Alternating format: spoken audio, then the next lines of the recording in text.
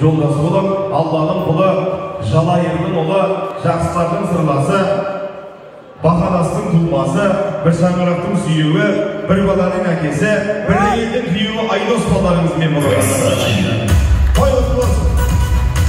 Бүгінгі тойларыңыздың асамасы, енді мен бүгінгі тойға жалғыз келген жоқпын. Өзімнің өнердегі сыңарым, әнші композитор Ержұман Маралбектің әнімен сөзіне жазылған Қазақ елі деген бір тамашаны орындап берейін. Той боласыңдар ағайындар. Той құтты болсын. Қазақ елі мәңгі жасасын, тәуелсіздігіміз мәңгі болсын ағайын.